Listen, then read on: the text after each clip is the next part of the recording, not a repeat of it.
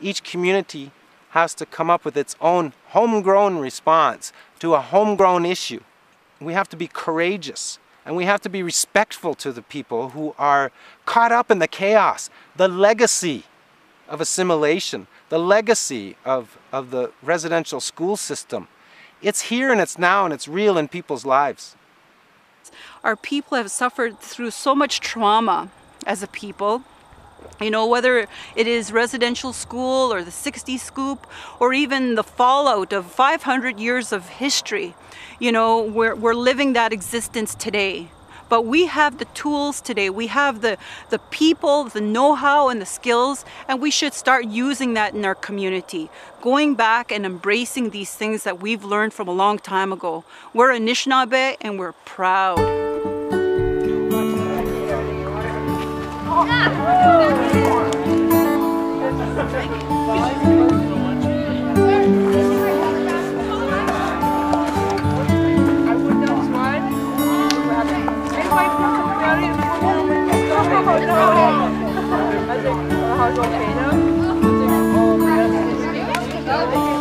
We're going to do it! Yes, well, there has to go Niigaan Musawak means moving forward, and we've been running the program for about 4 years now. Previously, we used to call it Healthy Relationships, and why we started the program is we'd looked at some of the problems in Aboriginal communities, the high drug rate, alcoholism, the high suicide rates. Like I always say, we're first in line when nobody wants to be first, and we're last in line when nobody wants to be last.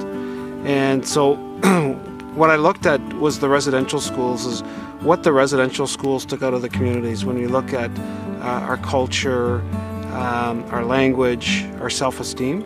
And so that's what I thought what needs to go back into our communities is the things that we lost through the residential school.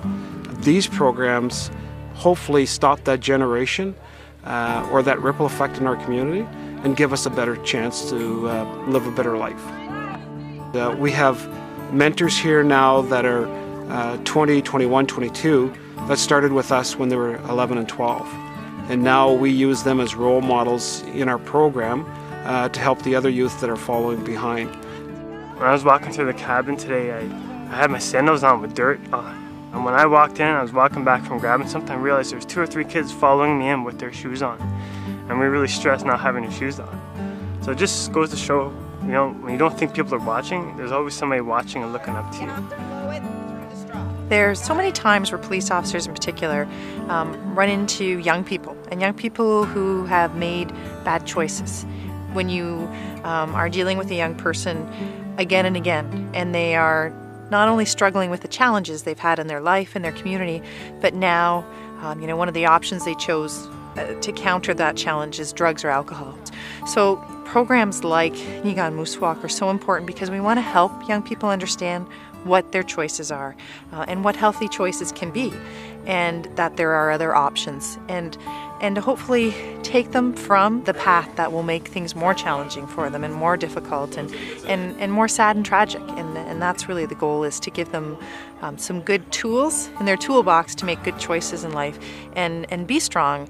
And it's really encouraging to see the good choices they make, and when they become empowered to be mentors and role models, and they have so much pride in who they are as an Aboriginal person, and who they are in their community. For my school alone, I think I had about 10 students come between the 2 weeks, and when they come back and they talk about it, that joy is just spread throughout the school, and I get all kinds of different people asking me, can I go, can I go? So you really sense how valued they feel, and how that pride is slowly building. What I've learned from this camp, I plan on taking it to my community and share my knowledge and give them that boost that they need. I plan on being a leader. Every time I come here, I learn more about my culture. It's a great experience. You get to learn a lot of things you don't usually hear. I didn't grow up in the figure, so it does feel better to know everything. So what we're trying to do is produce parents, is how to raise a parent. So giving them those skills so when they become older in life, they have those skills of talking to someone about suicide, about treating women with a respectful way, but also learning about their culture, making that connection, because we've lost that connection in residential schools. We have great kids in our community. We just need to help them walk their path and believe in them, and help them to believe in themselves.